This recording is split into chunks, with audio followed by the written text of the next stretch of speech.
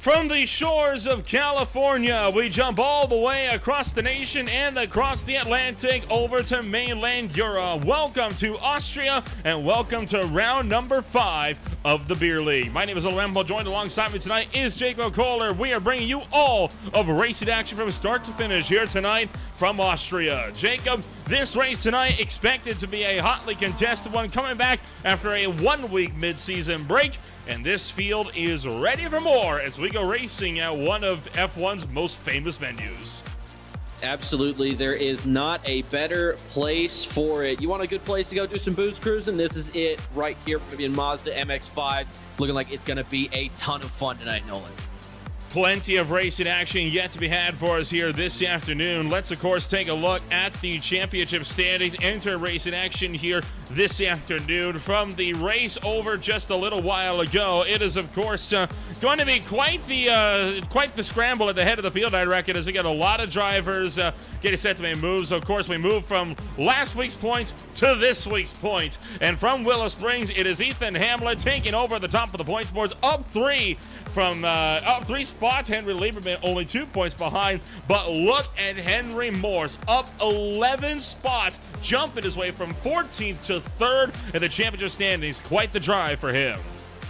Absolutely. And another thing I want to talk about, like Ethan Hamlet, right? Now, keep in mind, you do get extra points for drinking those beers. The fact that he's leading the points while not having any drank any himself is a testament to the season that he is having. Super excited to see how he goes. On the contrary, there was another guy. We've got Fox Mulo 5, who has drank 46. And then we've got Alien Workshop, who's drank 80 in the team championship standings. So obviously some guys are looking to score points in different ways than others, but regardless of that, it's looking like it's going to be a great season, and we are here in race number 5 of it. Could not be more excited for this one. Stack Attack remains only less than 30 points out for Flying Donut Motorsports, despite having drank less than a quarter of the beers of Flying Donut Motorsports. Again, proving just the sheer pace that Snack Attack has underneath them this season. Just shy of 2 kegs consumed as we enter the back half of the season. And this race gonna no doubt bring that number up a little bit. For the time being, though, you got drivers out on the racetrack looking to put down qualifying laps. Just about 6.5 minutes left here in qualifying, and this could be a hotly contested race. It's a pretty cool afternoon there, as we are, well, cool morning, I should say, as we are getting set to go racing into the sunrise. Yeah, it looks like they got a nice low-hanging fog. That happens a lot over here in Europe, believe me, and it might affect visibility at the start of the race, but I don't think it's going to be too big of a problem. Luckily, it seems like these guys are able to make a pretty good workaround, all things considered. Get that driving juice in you, let it settle, kind of feel how the track is going, and it is looking like it is going to be a great one here tonight. MX-5's always super fun.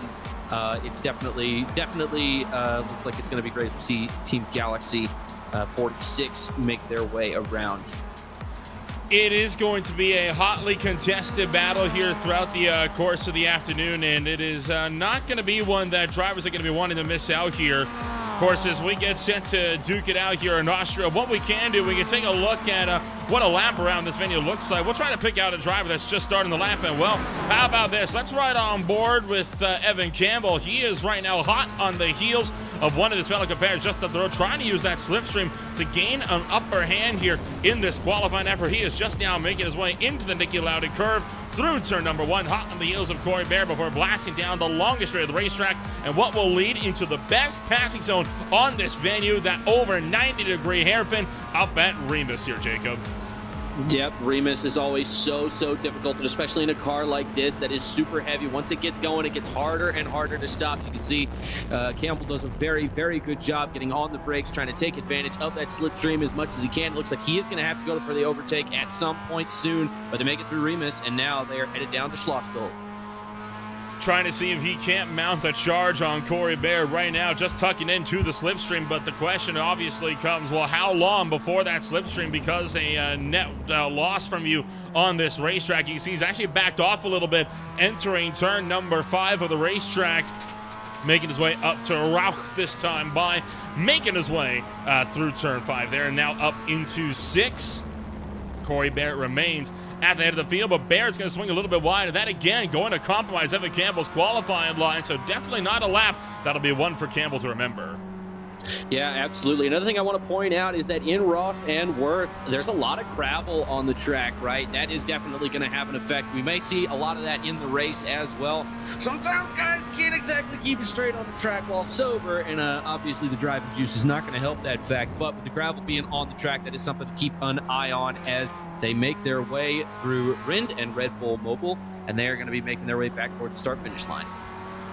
And where that car bottoms out and tends to straighten up is going to be a very pivotal corner. It's so crucial getting a run out of this final corner. And in fact, back when we were racing Spec Racer Fords in this league, I remember a race at this very track where they went 3 wide out of the final corner, but the guy that won the race ended up falling all the way back to the tail of the lap because he got a slowdown penalty for running too far out wide of that final corner, gaining an unfair advantage. And as a result, he was punished for his evident cardinal sin here at this racetrack. Do not flirt with the curves on the outside of the final corner. It will bite you big time. Oh, yeah, 100%. You got to be paying a lot of attention to how the car is handling going through that final corner, but it can be very difficult, especially in a situation like the one that you described. And I think it's going to be a great time here today. Ethan Hamlet on pole for now with a 149.060. And we'll see if Jake Kasich has enough to get it down. So we go down to Darren Bailly on the front straightaway. It looks like he is done with his qualifying. And we will see how it works out for him. Quite a few drivers just on the opening portions of their laps here, and you can see not a lot of drivers coming towards the end of their laps. One driver that is, though, is Tyler Carlton. Right now looking to be on a somewhat of a good run here for the driver, the number 45. So now the fast and the fashionable driver going to try to make a lunge here into the final couple of corners. We are, of course, starting the final trips for quite a few of these drivers with only a minute and, well, only 2 minutes on the board to set a lap, and lap times just shy of 2 minutes. Yeah, looks like he's going to have himself a pretty good time coming up on the start-finish line. 151.42 for Tyler Carlton in that 45 car. That'll put him in 12th place on the grid. You see another couple of guys making their way through the final corner as well. Corey Barrett and Evan Campbell being one of them. Campbell logging a 151.872. And Ethan Hamlet logging a 149.262. So it looks like he's going to be the car to beat, but with Kyle Blevins in that 39 car right behind him. Chris Bright trying to see if he can go for provisional pole here on this one. Closing in on the gap. He was only hovering about 0.3 of a second off the mark. Can he beat it this time? No. He is off the mark by about half a second still. So Chris Bright, for all his efforts, not going to be able to do much. How about Justin Hall, though? Punching his ticket into fourth on his final lap of the session. Yeah, that 64 car was flying that time. 149.449. Definitely nothing to sneeze at all. It looks like we've only got a few cars left on track. Alexander Buehler is one of them. And looks like he is making his way through Roche and Worth at the moment, trying to get past that gravel. That gravel on the edge of the track, if somebody goes wide, they are pretty much destined to slide into that gravel track. There's going to be no traction through there if that is the pattern for the race. With 40 seconds left in qualifying, Buehler making his way through Rindt and Red Bull Mobile. He's through Rindt. Can he get out of that final corner? Oh. He's going to get way outside the curbs as he gets through. And so far, so good. He is going to stop. Believe that he might have gotten penalized for that, or either that or the time just invalidated. Speaking of which, Ethan Condi is flying around this final corner, and he's going to go wide as well. So 14 seconds left in qualifying, and I think this is pretty much our grid. Yeah, I believe so as well. And, of course, both Condi and the driver before him running too far out wide through the penultimate turn, and that is what costed them big time. Standing starts, of course, as always here in the Beer League, and with a 40-car grid looking like it is going to be quite the journey to get through these guys before they go to Green Flag Racing. So we will do this quick like here as the field gets set to grid on up on the front straightaway and give us a show here in Austria. Starting on pole position then this afternoon for the sprint race, it's going to be Ethan Hamlet. He starts alongside Kyle Blevins by just 0.010 of a second. Row 2 holds Chris Bright and Justin Hall, with row 3 bringing up Eric Ronenberg and Austin Tucker. Row 4, you got Chris Flams, you got Jason Lee, and then the top 10 closed out by Darren Bai and Jake Kasich. Top 12 headed up by Ringer Harris, Sebastian Close, and from there, back through the grid, It's going to be Tyler Carlton, Scott Fleming, Matthew Dupuis, Kyle Smith, Alexander Bueller, Aaron Thacker, Brooks Clayton, Todd Badol, Alex King, Evan Campbell, Ben Williams, Carson Catlin, Corey Barrett, Greg Beckman, Ethan Conde, Blake Gamble, Sean Nellen, Ryan Verhulst, Henry Morse, Alex Cofford, Giovanni Romano, Tyler Augustino, Jeremy Castro, Henry Lieberman, Stephen Burcell, Carl Behrens, Adam Joseph Milhut, and Ron Wolf bring up the tail end of the 40-car grid. Yep, looks like we've got some very, very strong names in the field and some pretty good paint schemes as well, like that Frosted Flakes one. That Alien Workshop one's really good. That Reese's 4-car looks fantastic as well. Looks like it's going to be a great night tonight here at the Red Bull Ring in Austria. And you can see it right there, that beautiful arch, that beautiful bowl.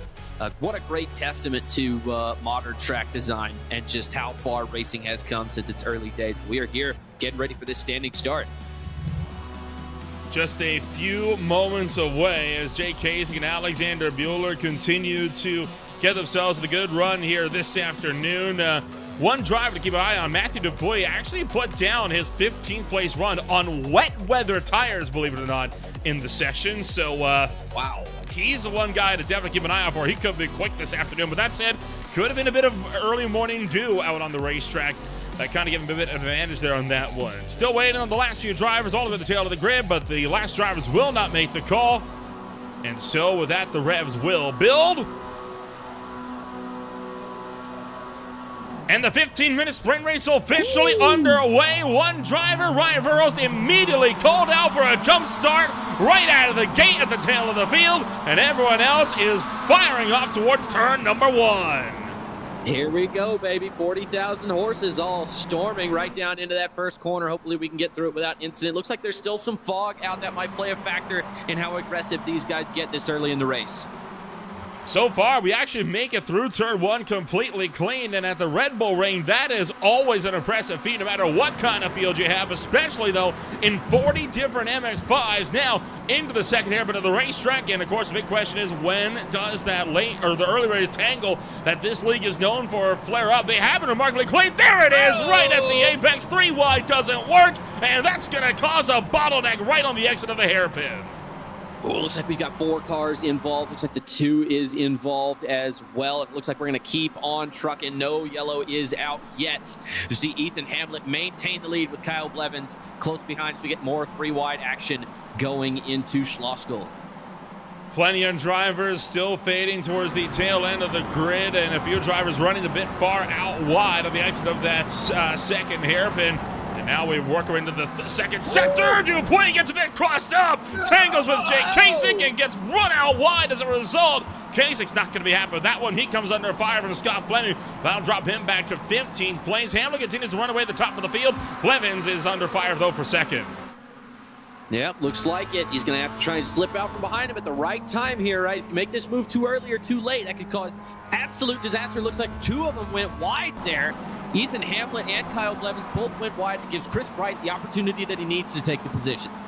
Further back for around 15th, a multi-way fight and contact in the final corner. One car goes evasive. I think that was Dupuis that went out wide. Looking for 3, nearly 4 wide down the pit straight as they make their way out of lap number 1, back up the hill towards the opening corner. And overall, a relatively clean opening lap, save for the turn 2 shenanigans, and we got Corey Barrett going into the Armco. As soon as you said it, man, these guys are not pulling any punches here today. One could be a little bit concerned for the state of things, considering that the start of the actual hour-long race, the qualifying grid for it is actually determined by this little sprint race, but the field's going to be inverted. So is it that important to be towards the front? We got another one skirting off the edge of the track. That's that number 8 car of Jason Lee in the DuPont paint scheme. Tough break for Jason Lee here this afternoon, but so far still maintaining a good, solid effort on this field as they make their way back around and into turn number 4. Austin Tucker trying to find an over-under here on Justin Hall. The one big advantage these drivers have, damage model not enabled throughout this race, and that, of course, allows for what could be a race and an incident for drivers to just shrug it off and get right back in the fight. Oh, man, we are going to see some guys with perfect cars. Damage is not going to be a factor, and you can already see they are racing like it, too. A little bit of aggression between the 45 and the 39. Tyler Carlton's got him all over his front bumper as they head out of 6. For all things considered, these drivers have been more composed than I anticipated. Yeah, a few spins here or there, but I mean, nothing's been overly egregious. It's just been a couple of odd squeezes here or there. Hell, the Aspire race, which is a GT3 and GT3 prototype sports car league on Tuesdays, had a more aggressive dogfight in the opening 5 minutes of their race, and they had a damage model turned on. You gotta give credit to these guys for maintaining their composure in cars like this, where it can be so tempting to just give it a little bit of a nudge every chance you get. Absolutely. These guys are doing a fantastic job of keeping it together. I think another thing that is playing a factor, though, is like we were talking about earlier, that inversion of the field, setting the grid for the hour-long actual race. We've already got one spinning. Looks like they are going to come out of turn 1 okay, though. Alex Cofford is not going to maintain any kind of major loss. He's going to lose a few positions, but, you know, in the grand scheme of things, that shouldn't be that big of a deal as we see them dive back down into Sloss Gold. Jake Kasich under fire from Tyler Carlton, right behind Ringo Harrison. And a bit of an awkward trip through the apex is going to allow for Kasich to have to remain on defense. Carlton trying to pile on the pressure. Alexander Bueller also in the midst. Already, we're almost 5 of 15 minutes down in this opening sprint race of the afternoon. And whoa, hold on, out wide. Now goes Harrison into the gravel. Keep your foot in it, Harrison. Keep your foot in it. It looks like he is going to be able to keep it together. He's going to lose about 6 spots right there, but that could have been a lot worse for him. Great driving from Ringo Harrison in that 7.51. And it's like we were talking about earlier, man. These cars can be so unwieldy. They're so heavy compared to the average race car that you would take to a place like this. And beautiful side-by-side action as we come through 4 and 5. That is gorgeous racing from these two cars right here. On board with Carlton, Alexander Bueller over on his left, trying to hang that one round the long way the final couple of corners, but an extremely difficult task. He's going to try to go for it anyway, not looking to yield. Still just barely has the nose in there, but has to bail out through the final corner. But how about this? Now he gets the run around the right-hand side. He's got him on the switchback, and it looks like Alexander Bueller is going to be able to take this spot as they go into Niki Lauda curve, turn 1, with just over 9 minutes left to go. A fantastic move from Alexander Bueller. He knew he didn't have the speed on the outside, and so he pulled the switchback as they went into the final corner, and that was beautifully executed, and as a result, Alexander Bueller is going to crack the top 10. Well, not done yet, because here comes Tyler Carlton trying to get the drive back, but a bit of a bump trap, some assists from Scott Fleming trying to help his teammate drive to the front of this field here. Bueller making a good run at it. Meanwhile, up front, Ethan Hamlin under fire. Chris Bright's trying to go for the top spot. He might get it. He looks like he is going to get it. He has the momentum there on the outside. They're going to be going into Remus any second now. Or excuse me, not Remus. That's Sloss Gold. And it looks like he's going to hang around on the inside. Chris Bright is still trying to make it work. Can he take the spot? I think Ethan Hamlin is just moving through those corners so fast. I don't know what he's done to his car, but he has absolutely mastered it as they come through 4 and 5.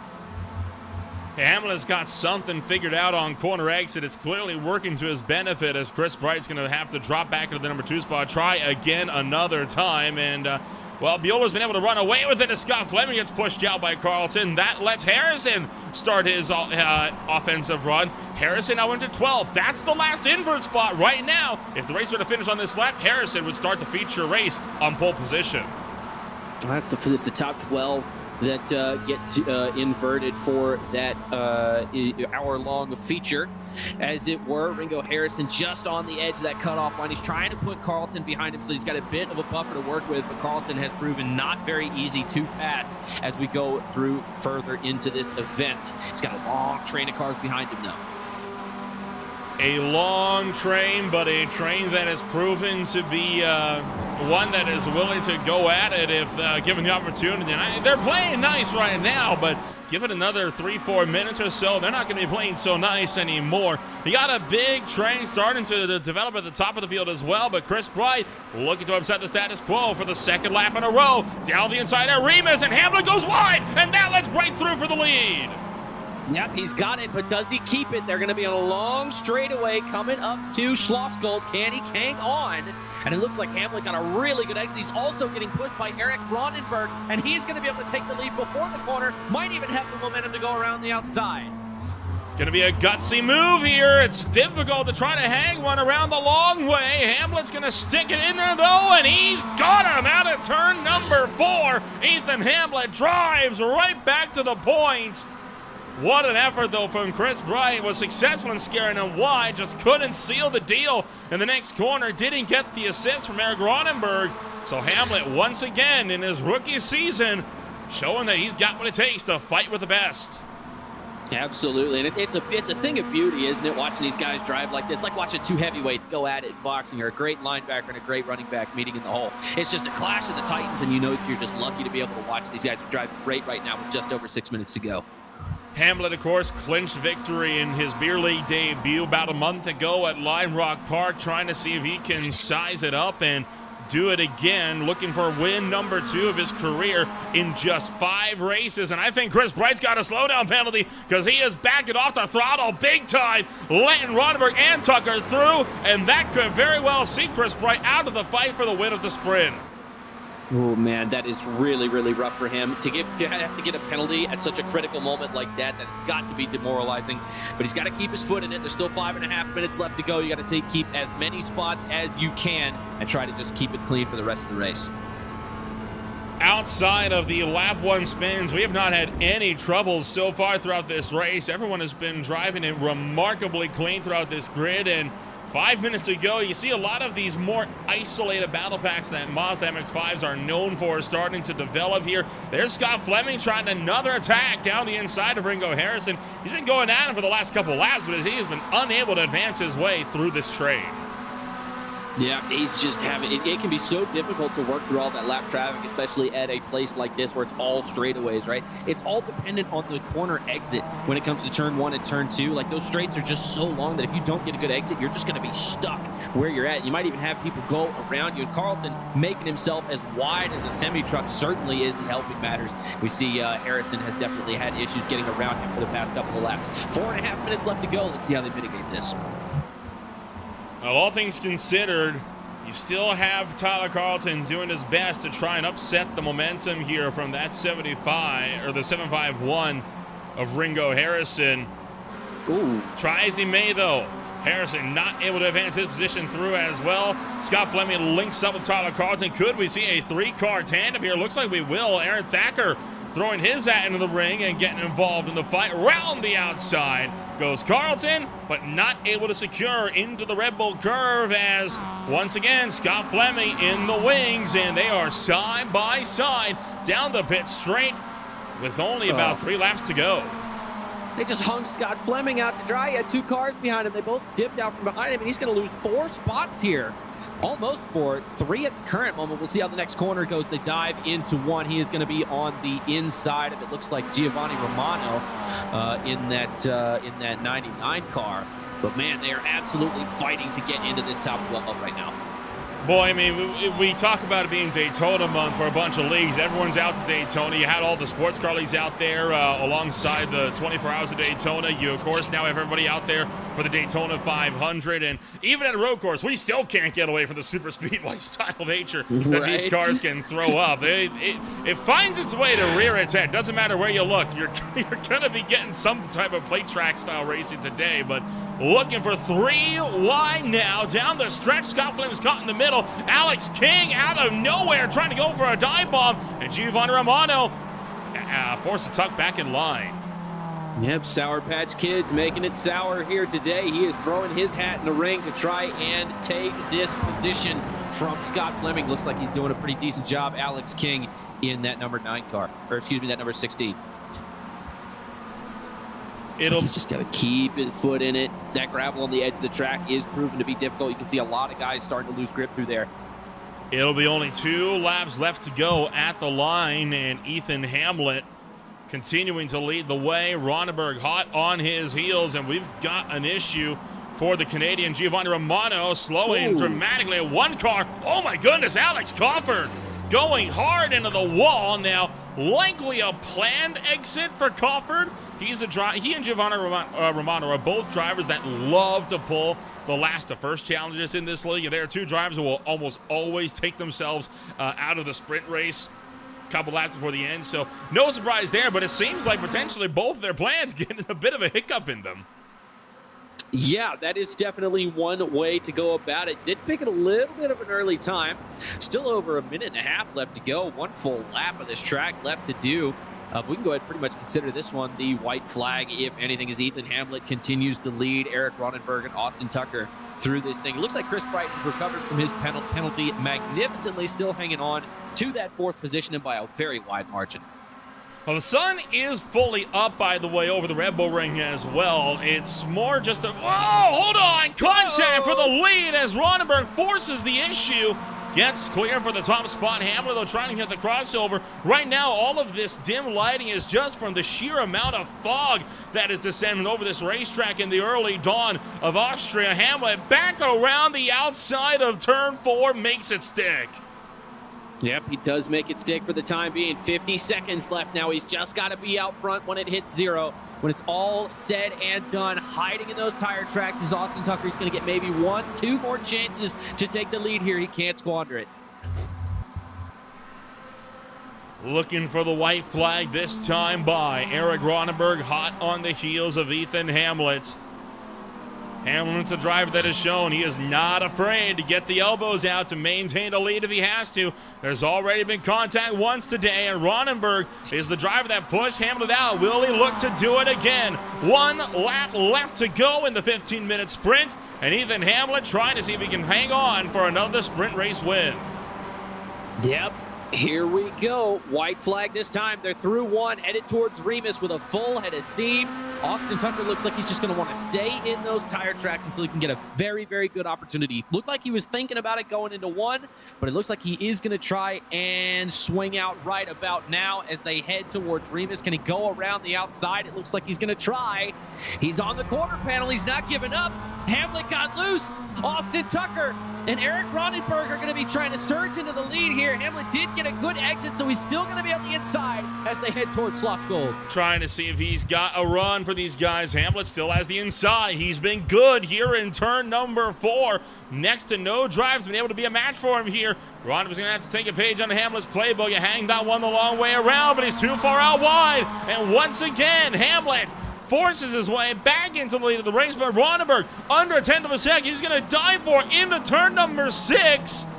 Hamlet pushed down to the right-hand side of the racetrack, making their way down the hill into Worth. Still neck and neck. Ronenberg gets the advantage, but it's going to be Ethan Hamlet with the inside for the final 3 corners. Just 2 to go now. Turns 9 and 10. Does Ronenberg have an answer for him around the outside, or will Hamlet take another sprint race win? Into Rindt, still neck and neck. Little bit of a door check. Hamlet continues to hold on. Ronenberg's got the nose ahead into the final corner. Contact again between the 2. Ronenberg's out wide. They're 3 wide behind. Coming to the stripe. It's going to be close. And at the line, it's Hamlet hanging on. Hamlet. 3 wide photo finish, top 4 separated by less than a tenth of a second.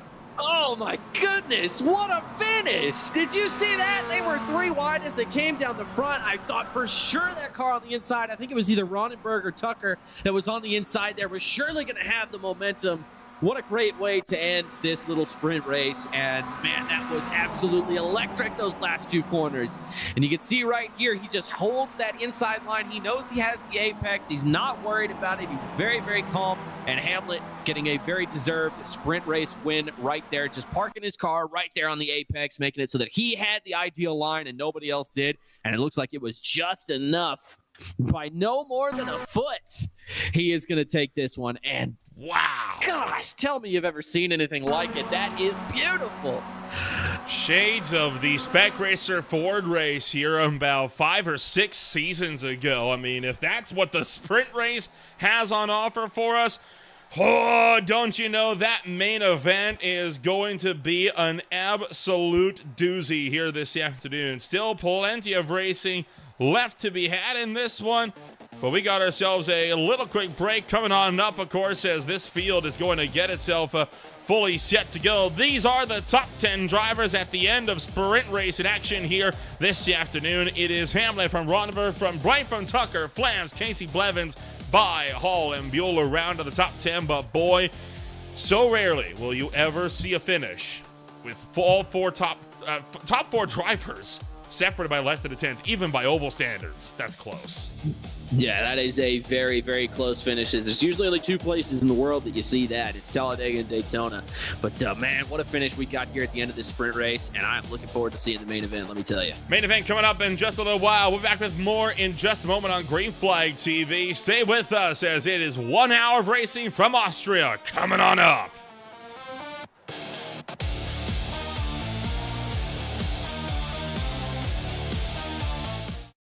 Racing isn't easy, but experiencing it is.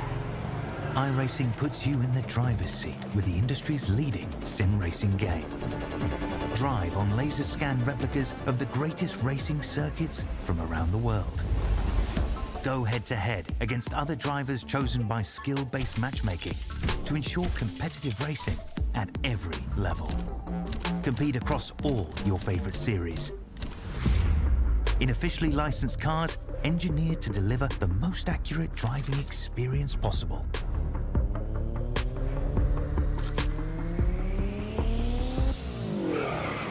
Join a race or host your own with players from across the globe.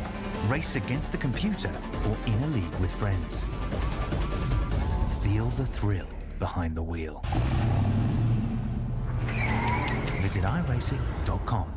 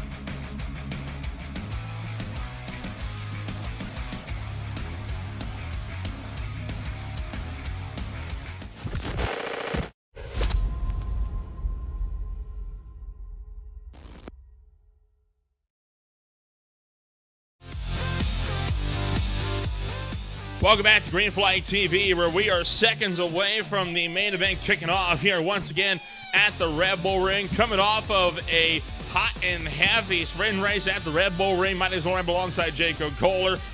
4 drivers, less than a tenth. That is not something you see every day on iRacing in any discipline, let alone road racing. And that shows you we are in for one hell of a ride for the main event.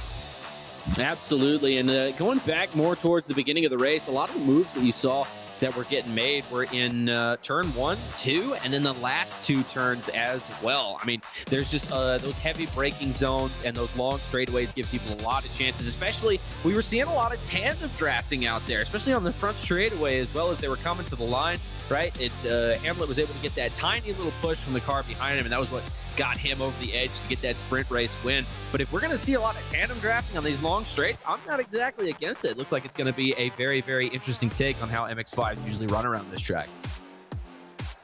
All of that will take us into the final seconds here of our warm-up, and it is about high time that we get a rundown of what that main event grid is going to be looking like here. After a wild ride, you know that this next hour is going to be some kind of spectacle indeed.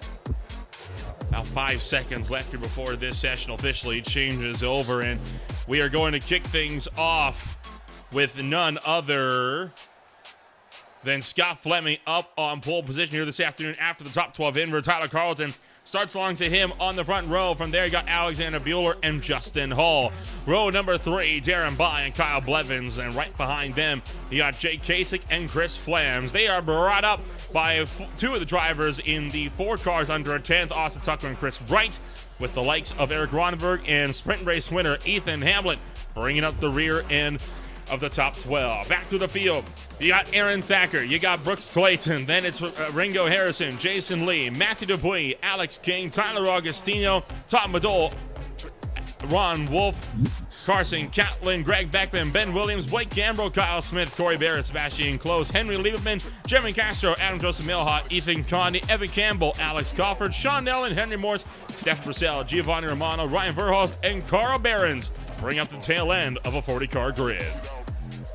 Yeah, and it looks like we saw another thing that I want to point out is that we saw towards the end of the sprint race, a couple of these guys like to fancy themselves as last to first demons, and those guys in the back, Giovanni Romano is one of them.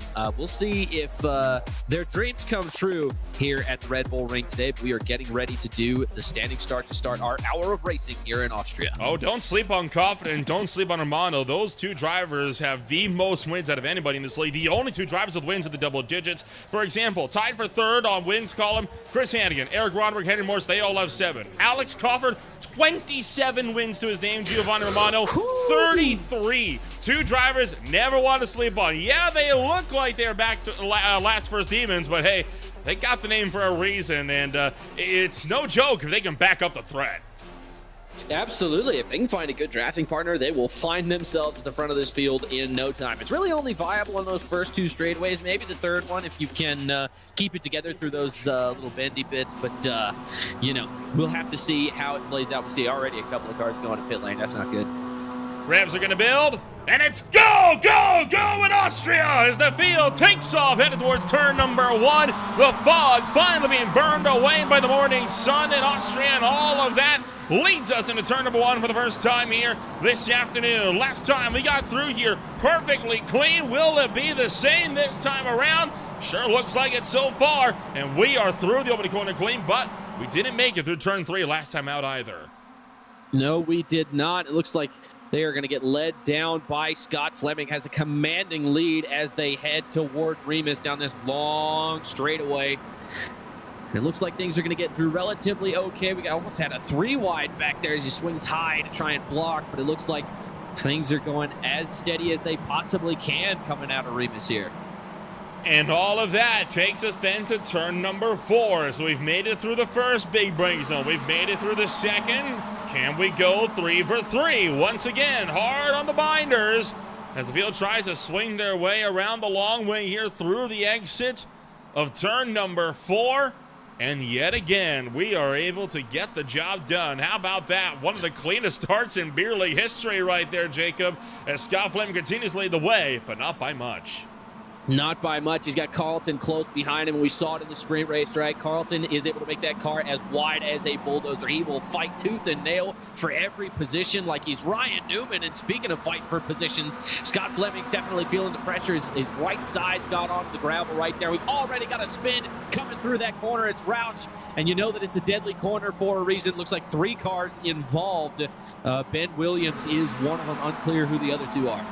Looking like Dupuis and Ron Wolf. Well, we made it through the first half of the lap. I'll give them that at least. So they're doing great. They made it part way, and you get you know what, 6% of the lap. That's a passing grade. I think most of the league will take that. Take a look at this 3-car Tango coming out of turn 6, and it started with Dupuis being spun around, and that just bottled up the pack.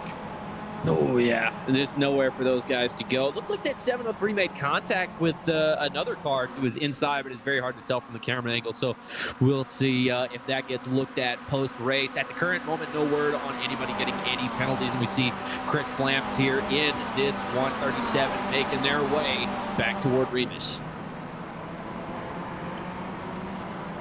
This league tends to be, for the most part, pretty lax on penalty as things go, and they do have a bit of a good sportsmanship clause. If you know you're involved for an incident, but you deliberately slow down to redress, get the spots back, they'll typically look at it as, all right, no harm, no foul. You spun that guy out, you gave the spot back. All's fair. Mm-hmm. Yeah, 100%. I think that's a very, very good way to look at it, especially for something like this. You know, obviously this league is not a super, super duper serious league. So, yeah, looking at it that way, I don't think anybody could fault anyone for that. We got a little bit of side-by-side action right up the rear of that 8 car. Is that 16? He is not giving him any breathing room as we go into, I believe, turn 6. Alex King pressuring Tom Madole, and they've got Brooks Clayton in that number 9 hot on their heels as well. Scott Fleming still has not been able to break away by more than half a second, but it is a slowly building gap. Tyler Carlton struggling to close up to the tail end, and critically, Ethan Hamlet has not shown a lot of movement, only up 4 positions in the early goings of this one, as he now has himself in that 8th place spot. Critically, he has latched on to the tail end of the draft for the leading pack. Yep, he absolutely has. There is a very, very big gap building between 8th and 9th place. We'll wonder if that's going to be the cut-off point for the race. But another thing that I want to break up, right, is we get a new fastest lap. Darren Bailly, 149.521, flying around this track as we get ready to go back into Remus. But as I was saying earlier, right, all of these cars have exactly enough fuel in them so that they have to make one mandatory fuel stop for the race. At this point, you got to start thinking about when you're going to make that fuel stop, right? That is one of those things that you kind of have to see how it's going to play out as the race develops. We'll see if anything influences that decision. Tyler Carlton with an aggressive lunge to the inside picks off Scott Fleming for the lead of the race. This was the look at that overtake coming down the stretch and into turn number 3 here. Just got a better run into Remus and took it away. Oh, yeah. Down the inside, Carlton, that is a flawless block pass right there. You can see he gasses it up out of the corner, so he slides up to that high line. Nothing for Scott Fleming to do except to try and track him back down, and that's exactly what he's going to try and do as they go into routes here. He's got him on the inside. Can he lock him down as they come into Worth? Looks like he's going to be able to, and with ease, pulls up in front on the outside, and he is going to be able to take back the lead. And the window for the Code 69 is officially open. We can have a chance of 2 throughout the course of the race, where we will slow it down to 69 miles an hour. And the pack will look set to try to go at it all over again. So Fleming continues to lead the way. Tyler Carlton trying to see if he can get a run back, but didn't get a good run through that penultimate corner, but a bit of a shove from Kasich will get him right back into the fight. Yep, looks like we might be able to see him go into a move here down into turn 1. He is going to pull to the inside. Tyler Carlton, he's going to dive back. Doesn't quite have the speed to maintain it. Tries to stay on the ideal line to maybe make a move in Remus here. Oh, it's such a bad run that he got, though, coming out of turn number 1, and that actually has left him vulnerable because here comes Jake Kasich trying to get a run for the number 2 spot around the left-hand side. So Scott Fleming still maintaining a good run on the outside here. But boy, Carlton going to have to try again. Sweeps to the inside to try to take the spot away. Yep, and his racecraft is just to a point where it's just so unbelievably hard to pass him. But when your run is that bad, there's just nothing that you can do, right? You have to be able to get through the corner and hold enough speed to be able to keep up with guys that drive like this. I mean, Kasich, we've seen him up front all day. We know that he's got a fast car. We've got guys kicking up dirt and gravel back there as well as we slide back down into turn 4. Hold on. It's the 64, Justin Hall spinning, but he is able to keep it together as he goes through the gravel trap. That is fantastic driving on him to keep that thing from going to the wall. And not the only one that got caught out by that. That has completely discombobulated this entire pack. That checks him up and forces a 3-wide moment between Blevins, Bailly, and Thacker. They are able to get it to single file out, and it ends up being Justin Hall that by and large gets the worst. But look at how much that is split up. The top 3. Fleming has a 6.5 tenth gap on Kasich. Ronenberg over a second back from there and vulnerable to Tyler Carlton. It looks like Carlton's not going to be able to try and fight for this spot at the current moment. And it looks like we are just waiting for the next big thing to happen. But again, it can be so tricky, especially with all that debris on the track. You saw it just before the accident, right? There's so much debris already on the track, and I think that's only going to get worse as time goes on. When it comes to pit strategy, right, one of the things that a lot of people overlook is getting those new tires, right? Gets all of the debris off of them. Obviously, when your tires get this hot, stuff likes to stick to it. I don't know how relevant that is in iRacing. I don't know how often that's rendered into the physics engine, but it certainly has to have some kind of effect. As Henry Morse has your new fastest lap. That was very, very good from him. Henry Morse, one of the drivers that started at the tail end of the field, trying to claw his way through the order all the way back in the 21st place spot right now. So making good use of a lot of the slipstream, and right now trying to go down the inside of Greg Becker to claw his way into the top 20. So Morse with a lot of clawback to do here in this race, but not out of the realm of possibility. And Morse, another driver with multiple wins under his belt, and yet another one of the competitors that can try to see if he can get himself with a solid drive looking forward. He's only 11 seconds off the leader. It's definitely not out of the realm of possibility at all, especially whenever that code 69 does come through. We will have to see how that affects the race and at what point it does come out. But, man, these guys are doing a really, really good job of keeping it clean. Everybody's very respectful of one another. Everybody's trying to, we don't see a lot of people throwing out a ton of elbows like they were in the sprint race. But there's still 51 minutes left to go here. We absolutely have some time for that.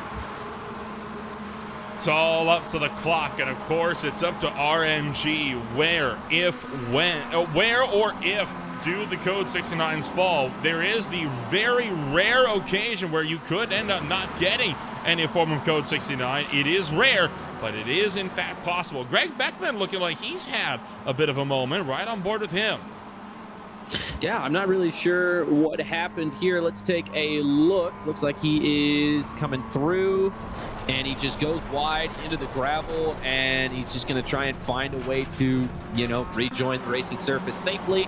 And unfortunately, that cost him a ton of speed and a ton of spots, but there's not really much that you can do about that. Can't change what's done. You can only move on. We'll see if we can keep his head down and keep moving. Speaking of keeping moving, Kyle Blevins is hot on the heels of Austin Tucker, and he's going to try and track him down to get inside the top 5.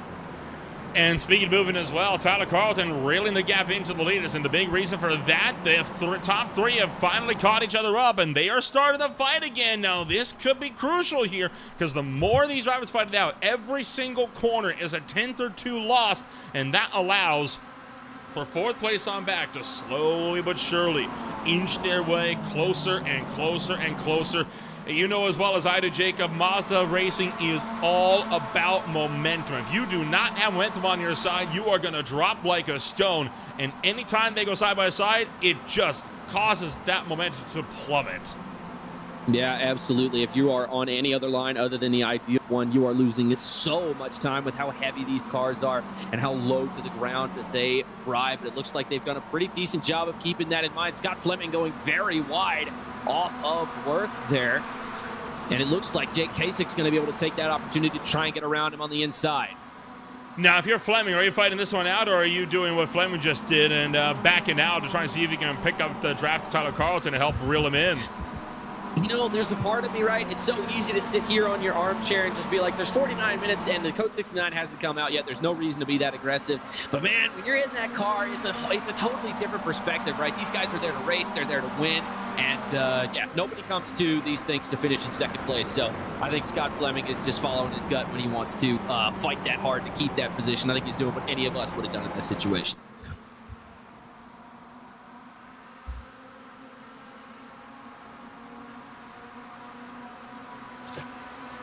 Continue to pile on the pressure here as he links up with the back of Tyler Carlton, trying to push him within striking distance of Scott Fleming. But you got an even bigger question to ask now. If you're Tyler Carlton, do you dare to go for the move? Because, you want to get your way towards the leaders, but if you go for that attack, you could cost yourself big time if you can't secure the pass in that corner. I think you do want to eventually go for the move, but only if you have such a big amount of overspeed that you know for a fact you could get it out of the way in just one corner. Evan Campbell has a black flag, interestingly enough, early on. Now, this is not for the incident limit.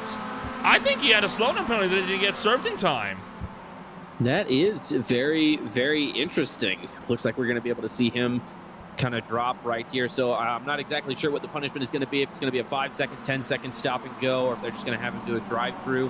What the situation is currently like, but to answer your question from earlier, if I'm Tyler Carlton, this guy's got 4/10 on me, I'm not going to bonsai make the move out of nowhere, right? The way that it was explained to me when I was first picking up go-karts when I was about 5-6 years old, my dad explained it to me, it's like reeling in a bass, right? You can't just reel it in all at once. You got to fight with him. You got to slowly get him closer and closer and closer, and you also got to worry about the cars behind you, right? You can't, a bird in the hand is not worth two in the bush, so to speak. So he's got to be able to pick and choose his moments wisely. He's doing a great job of keeping those other cars behind him. It's just a matter of reeling in Scott Fleming. And you see with the amount of fog starting to descend over this racetrack, the in-game race control has mandated head and tail lights. You saw them all flick on simultaneously. That is just from the sheer amount of fog that has settled in over this racetrack to ensure that there is still good line of sight from one driver to the next. And obviously the cameras don't do it justice, but when you're in car for these guys, those taillights, they could be pretty valuable, especially if you're a bit further down in the grid and you're potentially having a bit of a hard time trying to spot some drivers up the road. Yeah, looks like Austin Tucker is getting very, very close to Tyler Carlton there. We might see a pass for that fourth place spot here soon. Kyle Blevins also witnessing this battle, and he is lying in wait, waiting for someone to make a mistake. And it's so foggy out there, and that fog just hangs so low for so long. It doesn't look so bad from the driver's perspectives, but again, it's just one more thing to have to worry about, right? Is the fog going to get worse? Is the fog going to get better? How are we going to play this into our strategy? What's the plan, right? And then also factoring in things like the gravel that's on the track. Speaking of gravel on the track, Henry Lieberman has just gone off the track and rejoined the racing surface. Let's get a look at this. Yeah, Henry Lieberman. Two throttle happen. Exit goes out. He does catch the edge of the tires with the right rear or left rear quarter panel, but he's fine from there. You bring up fog though, right? I mean, fog is one of those things where we don't think about it too much in our everyday driving or everyday lives, but in motorsports where you're ripping at speed sometimes in excess of 140, 50, 60 miles an hour, it does become a very serious issue. I mean, remember the Rolex Daytona 24, about 8.5 hours they spent under a full course yellow because of the fog. And it wasn't just the fact that the spotters couldn't see the drivers, the individual marshal stands couldn't even see to one another. And when you are relying on line of sight to those stands to help communicate with your fellow marshals on just overall communications and flagging and the like, it becomes a very serious safety issue. Not so much of a problem on iRacing, but in the real world, always one of those things that race control is keeping their eyes out for, especially in the wee hours of the morning. Oh, 100%. And it's definitely, I would say, as someone who's lived in both the United States and in Europe, I will say that it is definitely a much bigger problem here in Europe. It happens much more frequently. So, just one of those things that we got to keep an eye out for whenever we go abroad like this. And Eric Ronenberg is being hounded by Jake Kasich. He's been up against his rear bumper for the past few corners, and you can see that it happens right there. Pressure burst pipes once again, and now he's got to try and reel himself back into the lead as Jake Kasich will storm to the front. Kasich round the outside of turn number 6. Still have Ronenberg on the inside, but Ronenberg's going to give up the fight. He'll tuck into the second place spot. I like the thoughts from Ronenberg, right? He's kind of recognized, case in point, right? He knows that there's going to be a chance to get the spot back. There's no point in trying to force the issue of side by side, but that's going to put him 3 wide for the lead. Fleming down to the inside, trying to make it 2 for 2 with the ambush.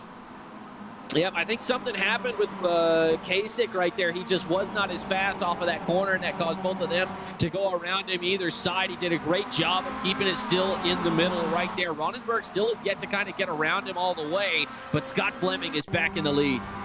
Take a ride on board. This is what Fleming saw, and he says, well, if you're going to go left, I'm going to go right. And Kasich left the door wide open. Clearly did not anticipate Fleming to try to take that 1 for 3 in the opening quarter. That's such a great move from Scott Fleming in that 37 car. And you can see that it has paid off in dividends. We got guys all over the place back here at absolute pandemonium as they get ready to come into Schlossgold one more time. This is Lee Bright, and I believe Hamlet also in the middle of 3 wide here. Yeah, it is your sprint race winner in the midst of all of this, and this is getting a little bit dodgy. Making their way through the apex, they somehow survive. Bright's able to pull clear, and they still remain 3 by 3 deeper in the field, taking great inspiration. It only takes one driver to have a slip over the head of the field, and all hell breaks loose in a race like this when the field is as tightly packed together as it is. And boy, Scott Fleming taking great efforts to capitalize. There goes Hamilton with an aggressive lunge, and he'll secure 11th.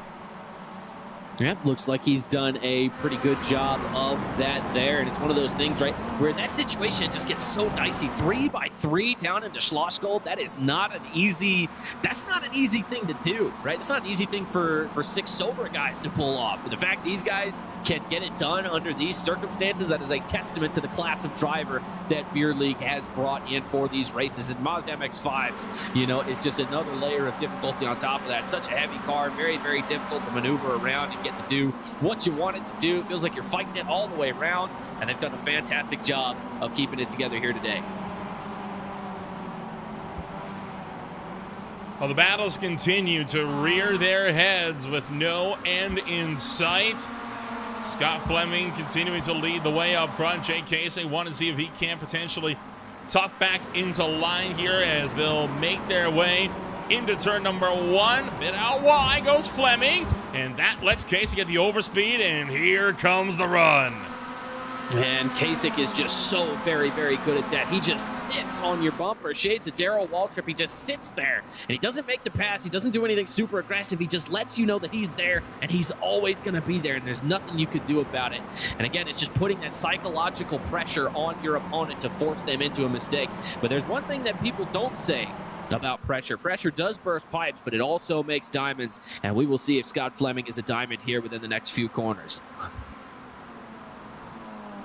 Jake Casey biding his time. He's being patient. He knows there's a long race. 40 laps and an estimated still 22 laps to go at the line if this race goes green all the way through. That is a very long time to make the move. And with how hungry the field is behind, one slip up is going to cause Casey to very likely lose the top 5, if not lose the top 10, and be out of the fight potentially permanently in this bid for a race win here. He knows that he is in the catbird seat. He's just got to be the one to pick that moment, and Ronenberg is no doubt licking his chops and might be even trying to pressure to make that move sooner rather than later, see if he can't jump into the runner-up position.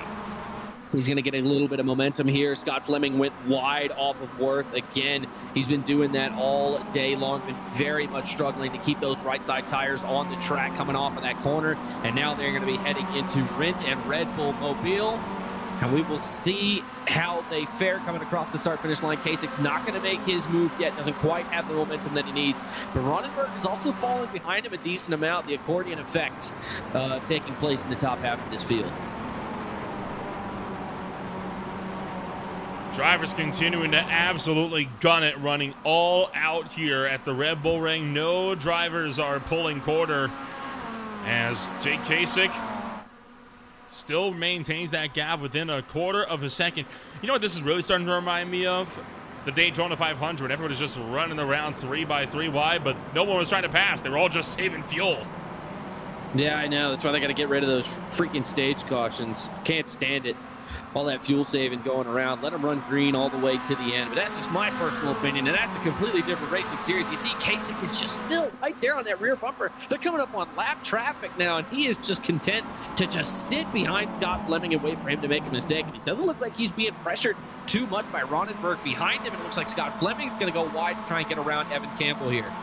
Now, Evan Campbell has come down to pit road 2 laps ago. He is on wet weather tires right now. He is not running the slick compound like we're used to seeing these drivers run. Now, that brings us to another good point, the forecast for this race.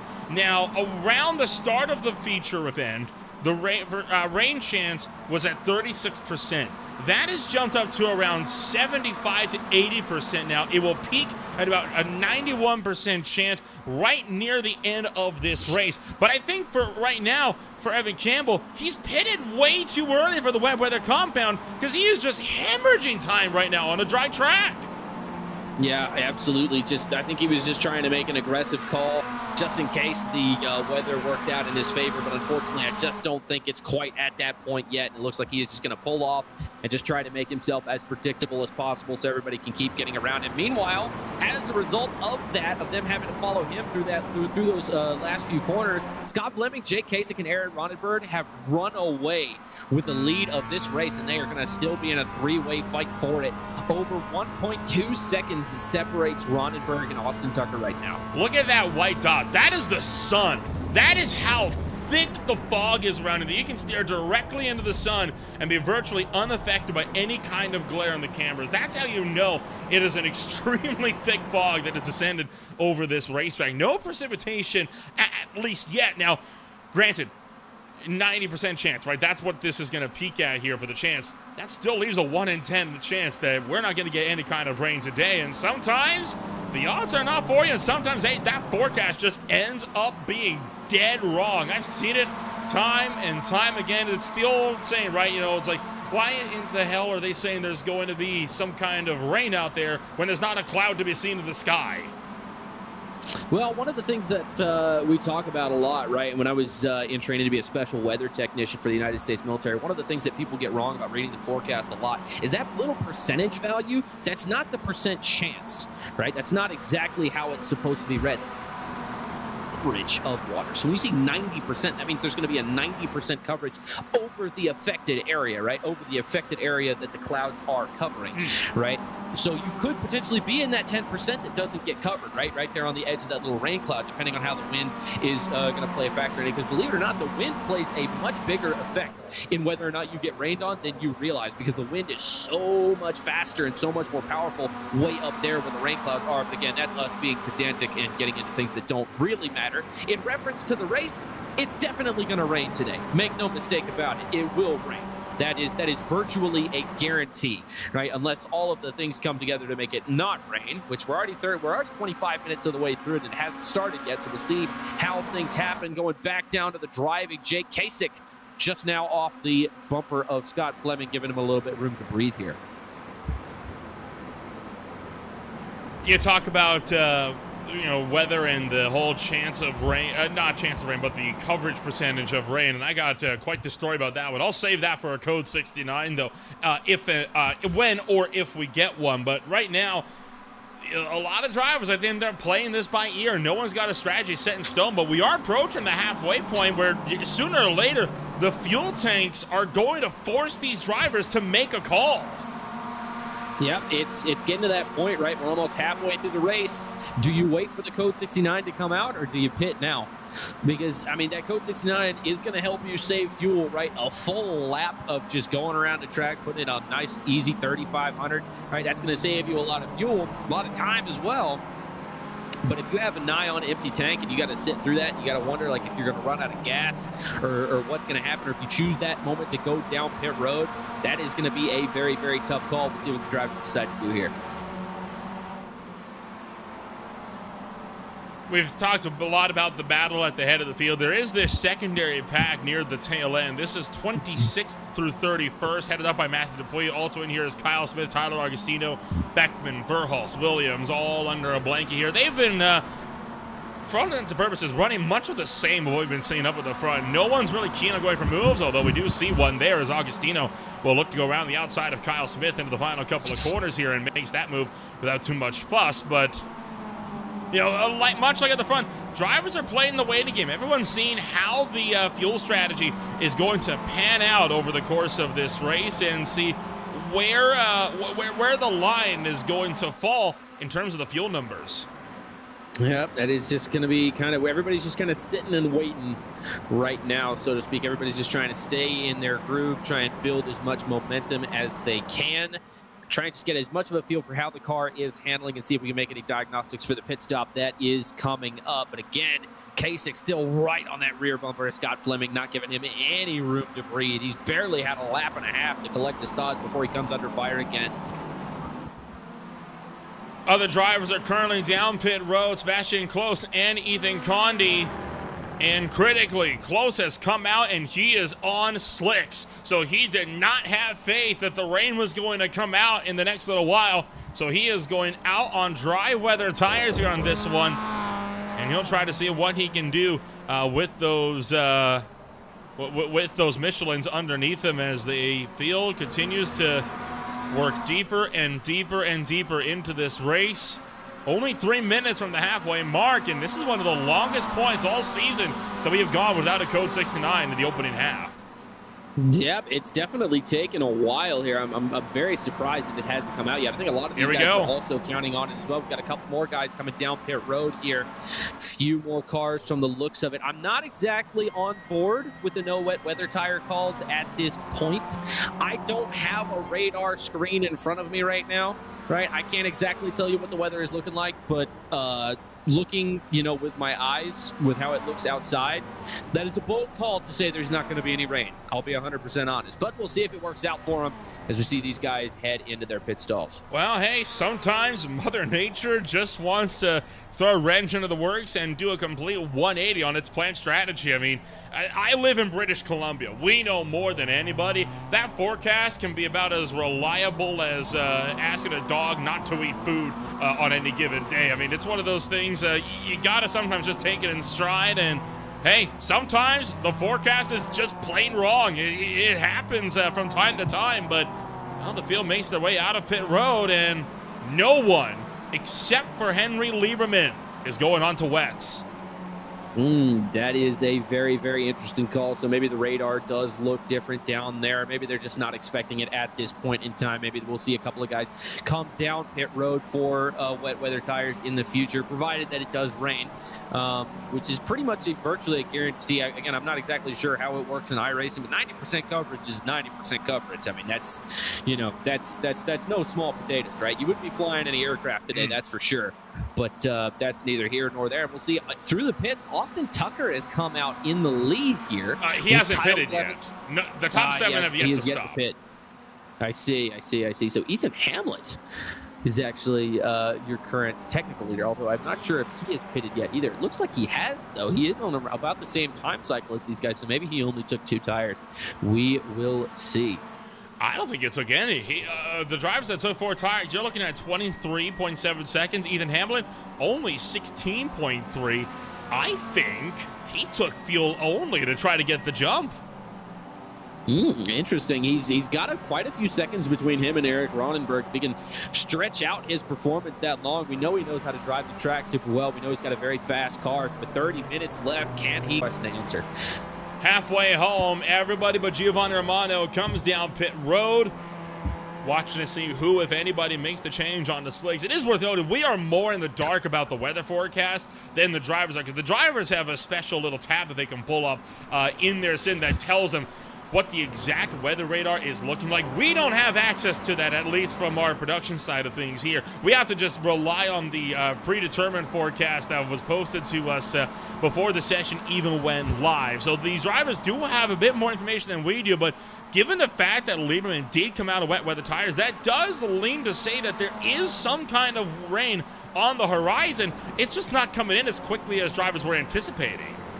Yeah, we might see it in the final 10 to 15 minutes, right? It's all going to depend on when this code 69 comes out. We still have yet to get it, and it is, I mean, the time's winding down. It's going to happen at some point, right? Or maybe it doesn't. Obviously, you said earlier there's a small chance that it doesn't happen, but, I mean, a very small chance, right? So generally speaking, when you look at the odds of things, it looks like we are maybe going to get one, provided there's no malfunction with the robot in charge of making that decision.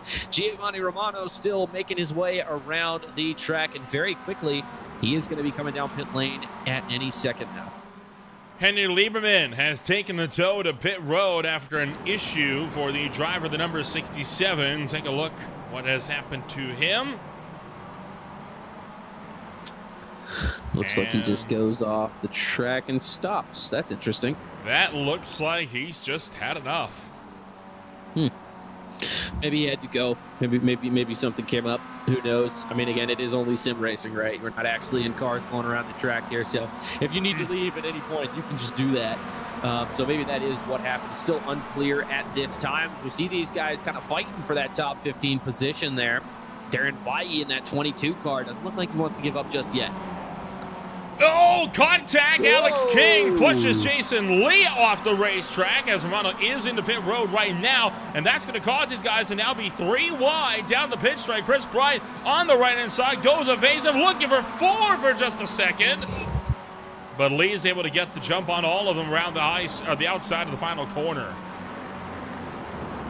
Whoo, they are flying around this track right now. Let me tell you, they're definitely not afraid to throw out the elbows, and I think we're going to see that here in the second half of this race. Just over 27:30 left to go, and we see 3 wide as they are coming up on Rebus here.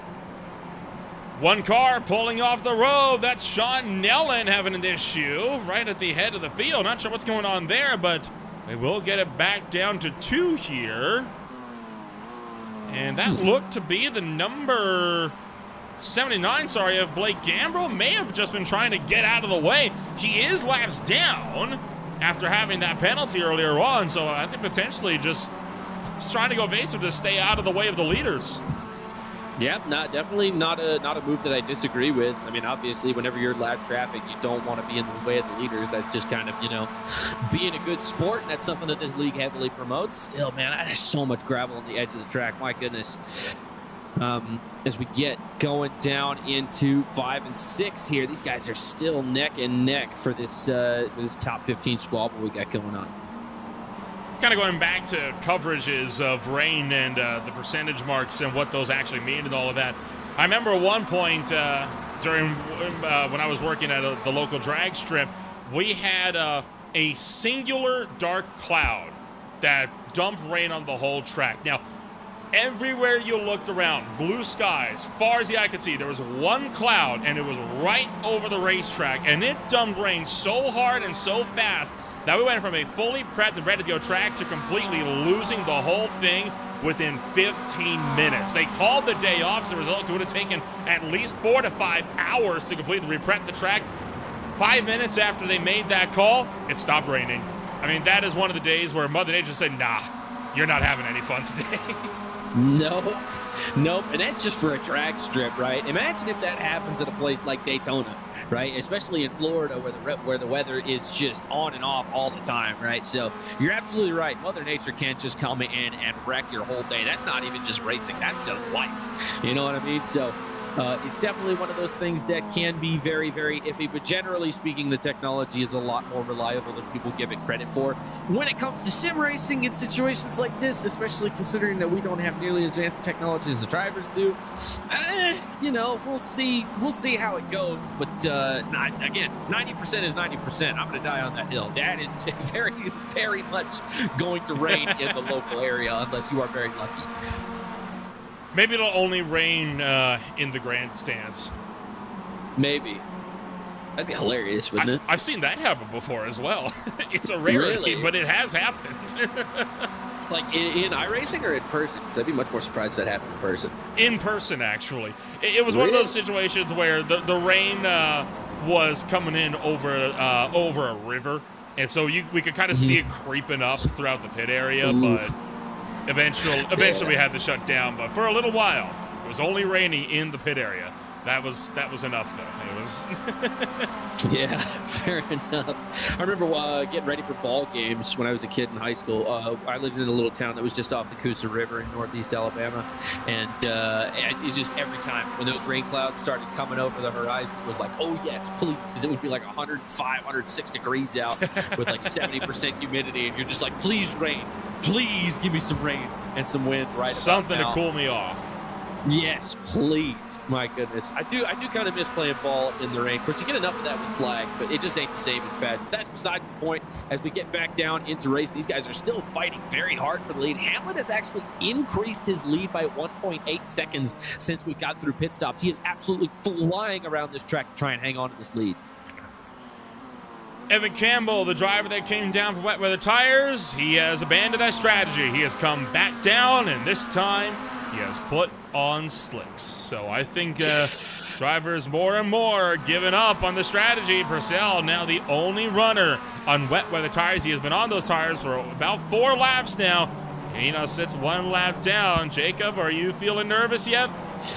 I mean, sometimes you're right, sometimes you're wrong. But I mean, 90% is 90%.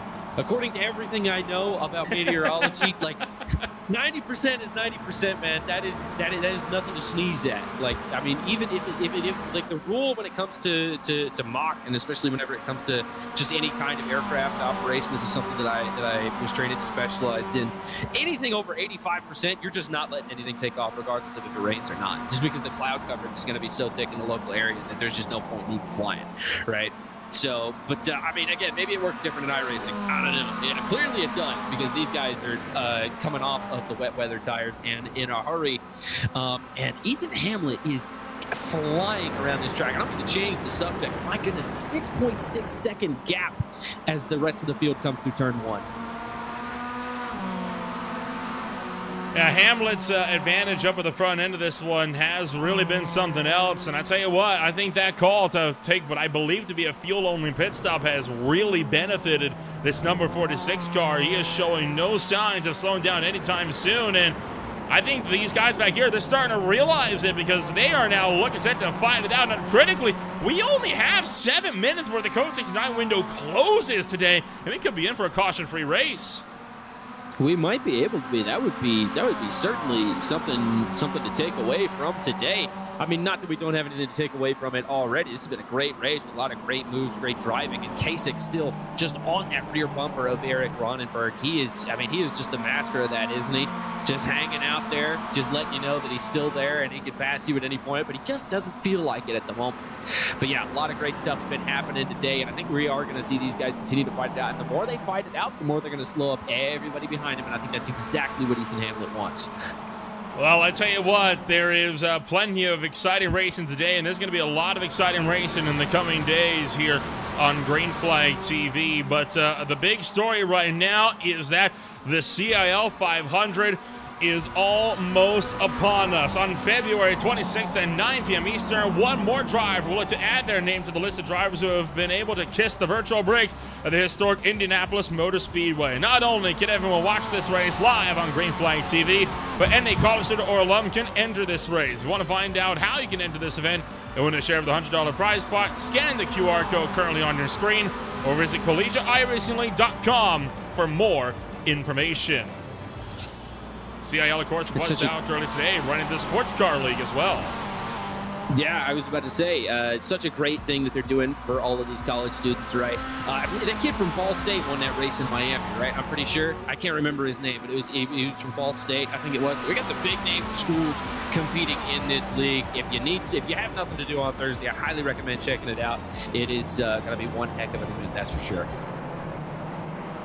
All of that as this field continues to battle it away. 20 minutes left to go here this afternoon, and that window of a Code 69 continues to grow slimmer and slimmer. Let's ride on board the drive at the tail end of this one, and we'll let you feel the noise as Chris Flams takes you around the Red Bull Ring with a front row seat to all the action.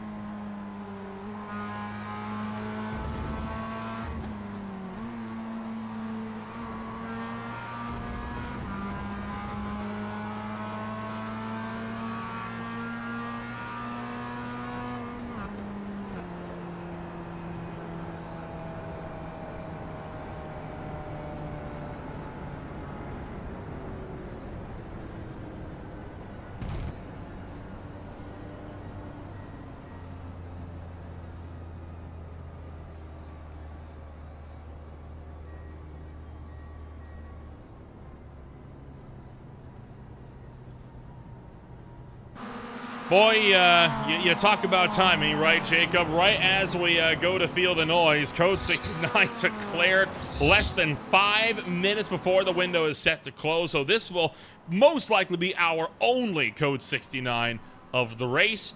And the other big story of this one, Ethan Hamlet has bailed from the lead. He is down. He has taken fresh tires, but they're slicks. I gotta Very be honest. interesting. I don't agree with that call. I mean, you were running away from the field. You had the advantage. Why would you give all of that up? I think the idea is that the only reason he had his advantage is because he only took fuel and no tires. Now that gap is completely erased, and he's on worse tires than the rest of his competition. I think he is just playing it safe. It's not like he lost a ton of spots, right, with the Code 69 coming out. He's in 20th right now. He definitely has time to reel in all of these guys and make a great finish here. I definitely don't doubt that he's going to finish inside the top 10 today. It does just kind of put him in a bad position. I think he was just gambling on there not being a Code 69 at all, which, I mean, fair, but man, that robot's just got it out for us. I mean, that's just insane that it waited this long. But yeah, we are here. So Jake Kasich is your new leader with Scott Fleming close behind. And we are coming through this section of track, and we are going to have one heck of a last 15 minutes to worry about here. And right now, lap car is getting waved back around so they can pick up the lead lap to fight with these guys towards the end of this race for the final 17 minutes. It has been a remarkably clean race. I mean, this has been absolutely stellar all day today. Minimal incidents. Yeah, there's been a bit of contact here or there, but minimal incidents. You know, drivers have been flirting with the edges of control all day long. This has been, by and large, one of the best races the beer league has had in its history. 100%, 99% of racing incidents are caused by sober drivers. So I think it checks out. Math checks out on my end. I don't know what you're talking about. Everybody's got enough driving juice in them, and we're all driving good. What can you really say? There's nothing much more to be said. Everybody's, like you said, just been driving really good, keeping it super clean, being super respectful. And yeah, like there's just not much else to say.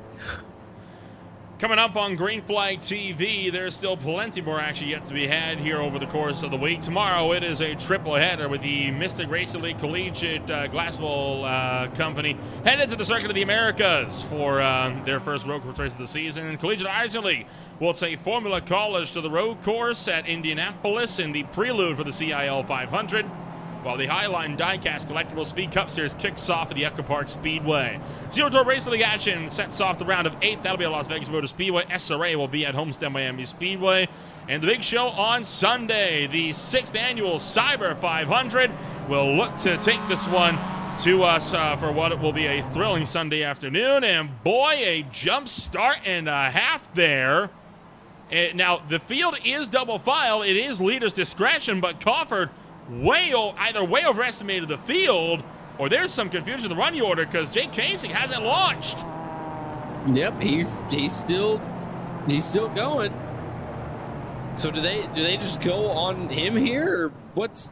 That's the rule. Once the formation is fully set, then it is at leader's discretion when they go. So it's up to Jake Kasich now, but he has to go at some point or the bot is going to make the decision for him. My bet, he's going to try to go into the braking zone of the hairpin here because that is what's going to get him the best opportunity to try to pull away from this field early.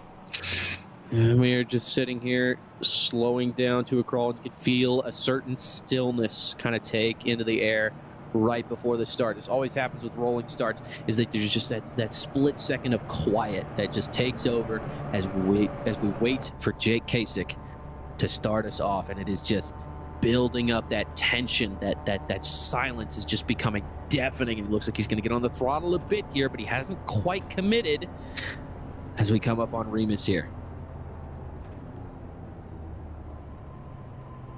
Nothing yet. Nothing yet. The field's getting a bit jumpy back there. Alex Crawford's taking off. He is gone. I think the bot may have given them clearance to go, and no one's taking it. What is going on right now? Alex Crawford is running away with it. I don't think anybody is realizing it. He was in 4th place. He was. He's in first now. I mean, not for long. It looks down. I think that would be the second time he's jumped. He's going to be brought to a stop and imagine be forced back into his 4th place starter spot for the restart here. I don't know what to make of this one, Jacob. This is a new one. Yeah, this is very, very strange. I don't think I've ever seen my entire career.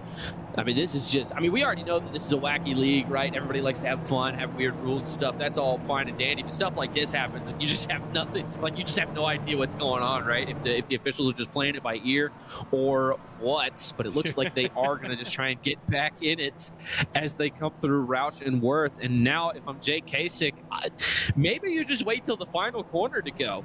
Honestly, maybe you just do that and see how that works out for you. Coming off of a long straight here, Scott Fleming is getting ahead now. I don't know how much they're going to rule that. So you still did have drivers catch the tail of the field, so I'm willing to bet there's been a massive miscommunication here, because typically when you go double file like this, the way this cottage works with this bot that they've made, when you go double file like this, that effectively means the restart is less than 20 seconds away. I think there's been a major miscommunication on when they got the order to double out versus when they were actually given clearance to go. And I think that is what is causing all of this chaos here. I think they were really on the one lap to green for all intents and purposes here, because now the field has caught the tail. I thought it was a little bit soon that they would be doubling them up when they had so many drivers still getting waved around at the tail end, which have all caught the field now. We have all 37 cars still on the racetrack. Now JKC has launched, and now we're officially back underway. Yep, and let me tell you, if I am Hamlet right here, my heart is absolutely sinking, because that is 4 valuable minutes that I could have used to get to the front of this field that are just no longer on the clock. 11:37 to go, and Jake Kasich is running away with the lead right now. But critically, he did not break the draft from Eric Ronenberg. Ronenberg still within about half a second here. But now Kay's going to start pulling the IndyCar snake. He's trying to break that toe down the straight, but Ronenberg's got the overspeed out of turn 1, headed back up the hill towards Remus. And this is where it's going to get a little bit chaotic coming into turn number 3. Here we go. It looks like he's not going to be able to make a move quite yet. Scott Fleming makes a move behind him. Looks like he was trying to hang on to that 5th place spot. We've got one spinning, several incidents coming into this corner. Looks like everybody's going to be able to keep it relatively clean. And we are going to watch them head down towards Schlossgold. Everyone's able to get it checked up more or less. You can just barely see this field through the fog as they make their way into turn number 4. And then out through 5. Again, so far so clean. One car got sent around to the back. Outside of that, this field is clean and green. And Eric Ronenberg continues to lead the to find out Alex Coffer for the 2nd place spot. And Coffer, one of the drivers that we said, don't sleep on him at the start. He's been trying to run down Giovanni Armando's record of 33 wins for some time. And he's looking to close it by one more today by making it 28. Yeah, you were telling us in the beginning, don't sleep on Alex Cofford, and here we are, right? He's in 2nd. He's got 3/10 between him and the leader, and he is looking like he is driving with hell behind him as we just cross over the 10-minute mark. The thing with Cofford, to me, is he seems to just materialize these fights. Do you remember Cofford driving through the field? I sure don't remember him driving out through the field. He's just there. He's here now, and he's fighting. We don't know how he got here, but he's there. It looks like he is going to try and whip it around the outside going into the first corner. That is very, very bold on his part. They are going to continue to go up the hill towards Remus. He's going to try and hang on to the lead here. Jake Kasich, he's been fighting up front all day long. Can he hang on as they go down into this airfield? He's going to get a bit of a push from Eric Ronenberg like he's been getting all day long. And it looks like they're going to go into Remus right here, side by side. It looks like Cofford is going to be able to give him this one for the time being. A good solid effort there. Kasich holds on to the top spot, but Alex Cofford, he wants that top spot, and he's hungry for it. Now, the worry for the field, if Cofford gets this lead and clears, he could very well run away with it. Oh, a bit of a bully there. If Jake Kasich forces him to the left, quickly tucks back in line, and Cofford can't go for the over-under because Ronenberg's there. Yeah, Ronenberg's going to start throwing his hat in the ring now any second. He's just waiting to get out from behind these guys. They got to play it safe, though. Remember, there's still 8 minutes and 40 seconds left to race. You don't have to make your move right now. You just have to be out front when it hits 0. This field showing no signs of slowing down anytime soon, as behind you see Scott Fleming nearly hooking Eric Ronenberg. Cofford cutting back to the left-hand side. Kasich going big on defense into the final couple of corners. Less than 5 laps to go this afternoon. And Alex Cofford trying to go the long way, backs out, tries to pull the over-under, but he does get the crossover done. He does. He gets the switch back, and now Ronenberg down the inside, down the front straightaway. Who is going to lead that lap? I think it's Cofford. As we cross over the 8-minute mark, we've got a three-way battle for the lead, and Scott Fleming looks like he doesn't want to take no for an answer either. Scott Fleming has been up front all day today, and boy, a lot of drivers getting a little bit crossed up. Now it's looking like a high-speed pace lap here as we go 2 by 2 by 2 all the way back to the top 10. Top 2 broken away. Well, that's Tucker and Casey continue to hold on at the head of the field, looking for 3 wide for the 5th place spot behind. And boy, this is getting a little bit dicey here. Some drivers getting crossed up. Can they all hold on to it through Remus? 1 car out wide. That's the Canadian of Romano, but he's able to hold it. He is able to hang on, and it looks like Kasich is going to try and keep this mountain of cars behind him. 7/10 separate him and Austin Tucker with just over 7 minutes left to go, and they are hounding at his rear bumper. Nobody wants to take no for an answer, and nobody came to finish in 2nd place. He has got to keep these guys behind him. Set him up, hit your mark, stay nice and calm as the storm rages on around him. 3 wide once again throughout the edge of the top 5. Coffer gets into the door that time of his rival Giovanni Romano. And again, the 2 hold station. Romano forced out wide, still 1 car offline. That's Kyle Blevins trying to punch his ticket into a top 5. Casey, meanwhile, building a 6.5 of a second gap up front. Yep, I mean, Cofford is just racing like every lap is the final lap, you know? It's just one of those situations where, you know, it's the final lap somewhere in the world, and he is just going to send it no matter what. Cofford driving like an absolute demon right now. Speaking of absolute demons, looks like Fleming is going to get passed around the outside here. This is for 8th place. Looks like we're going to see him go a little bit wide off the final corner. My goodness! While he goes flying back up into the field. This is most certainly going to bring out a yellow flag. More cars are involved. Boy. Oh! There's no place to go. Massive crash here on the front straightaway of the Red Bull Ring. That is the biggest crash we have seen, I would argue, in a whole season here. God almighty, that was tremendous, and we'll get the chance to look at all of that when we can. Jason Lee showing at the top of the scoring pile, and that is incorrect, and it will cycle through before too much longer. There it is. Now it updates properly. Casey continues to lead the way, and we'll have to look at that massive crash at the end of this one right now. Oh, a big tank slapper behind as drivers nearly get sent around once again. Yep, Austin Tucker got loose. He's going to lose a lot of positions off of that. The next man up to try and take the lead is going to be Eric Ronenberg and Alex Cofford, who has made his way back to the front, driving the wheels off of that Frosted Flakes machine. Continuing to drive as fast as they possibly can. Everyone is scrambling here as they fight their way back around to the front straightaway. And I can tell you right now, Kasich is looking like a hard nut to crack up at the top of the field. Coffin has broken clear of Ronenberg, and now he can try to run him down, but he's only going to have about 3 laps to do it when they get back around. Hey, all you need is that last lap, right? The only lap you need to lead is the last one. That is what he's telling himself right now. Just got to chase him back down. 5/10 now separates him and Alex Cofford as the rest of the pack begins to zoom behind him on the backs of 40,000 horses here at the Red Bull Ring. We will see who comes out on top now. 3/10 separating the 2 cars.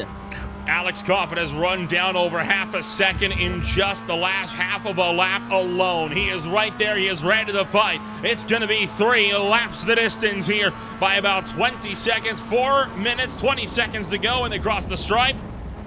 And Cofford, great apex there, and he's got all the run he needs to take the lead away and going into Remus.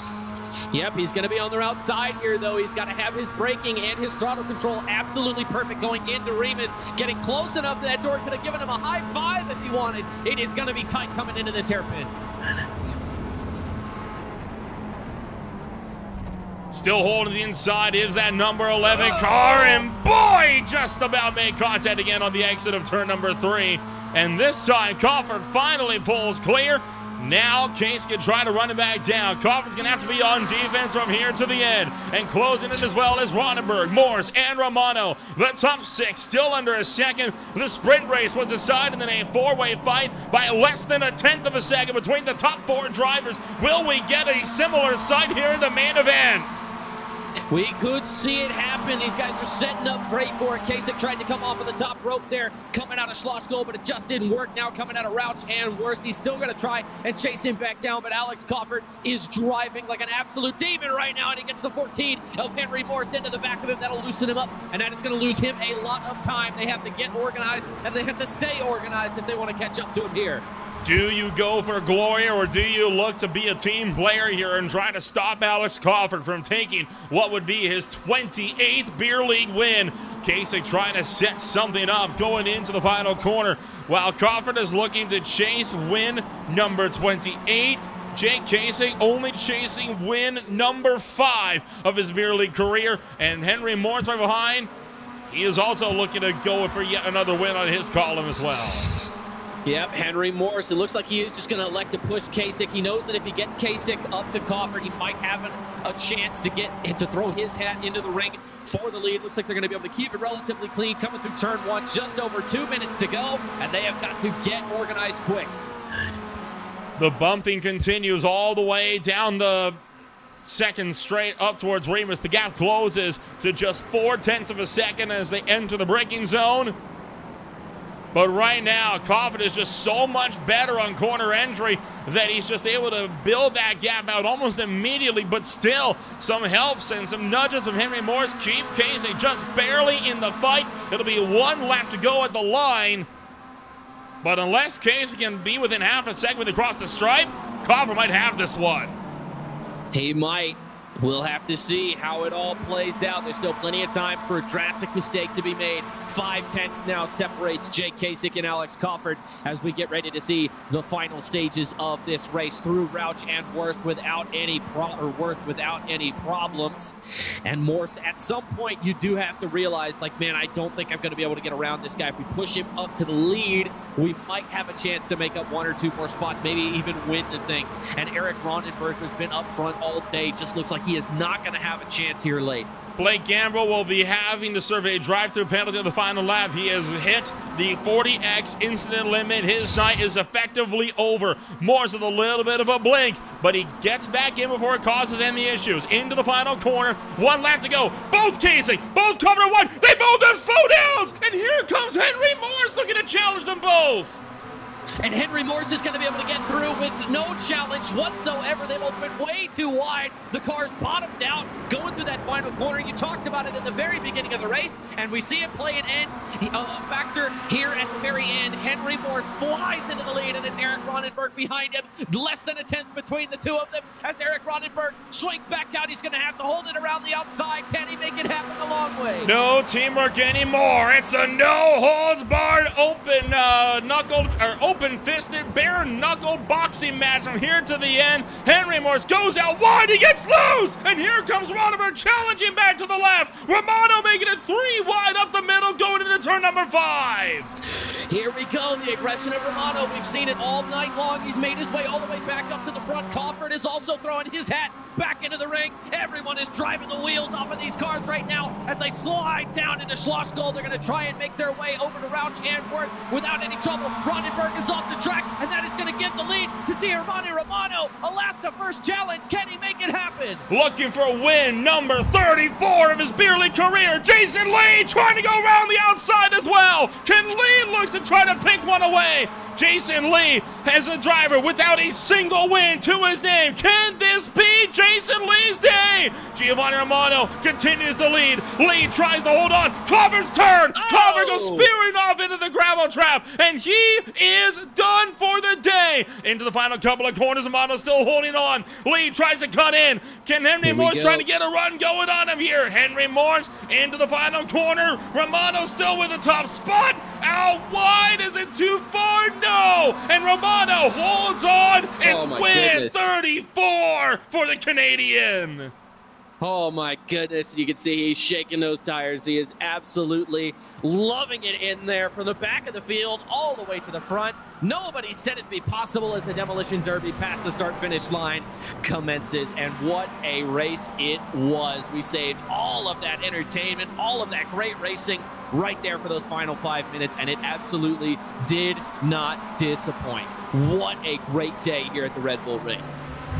Take a look back at this absolutely monstrous pileup that we had coming out of the final corner here. It was Scott Fleming that got turned, and the rest is just history. Golly. That is a sight and a half right there. And you saw another driver exit stage left down there. Jason Lee was stranded in the middle of the racetrack, and what a tough sight for so many drivers that had such a good run going. And then this was Coffer getting tangled up with Jason Lee on the final lap with just 2 corners to go. Chances at a win dashed in hard into the wall. It was actually with Henry Morse that he got tangled with. Yeah. It's just Henry Morse. Just really nothing they could do at this point in the race. Everybody, all the bets are off, and yeah, sometimes contact just happens. Really hard to tell what the main cause for the incident was without being down there with those guys. But again, the Red Bull Ring always provides here in Austria, and it has been another fantastic beer league race. I don't know if we have the stats for how many beers were consumed in this one, but I wouldn't be surprised if we were in the 50s. That was absolutely insane. Giovanni Romano comes home number 1 this afternoon. Morse brings it up in number 2. Ronenberg 3rd. Kasich 4th. Madole rounds out the top 5. From there, it's Thacker, it's Tucker, and Flams. Carlton, Hamlet. They will round out the top 10. Now coming at you next, it's got Ringo Harrison in 11th, Alex Cofford in 12th despite the incident, the 187 of Ben Williams in 13th, Justin Hall 14th, Alex King 15th, Corey Barrett in 16th, 17th is Alexander Bueller, 18th is Brooks Clayton, 19th is Jeremy Castro, and 20th is Darren Bailly. Back into the field, it's Evan Campbell, Ron Wolf, Matthew Dupuis, Scott Fleming, Close, Smith, and Beckman, 25th through 27th, with Adam Joseph Milhog, Carson Catlin, and Nathan Condi rounding out the top 30.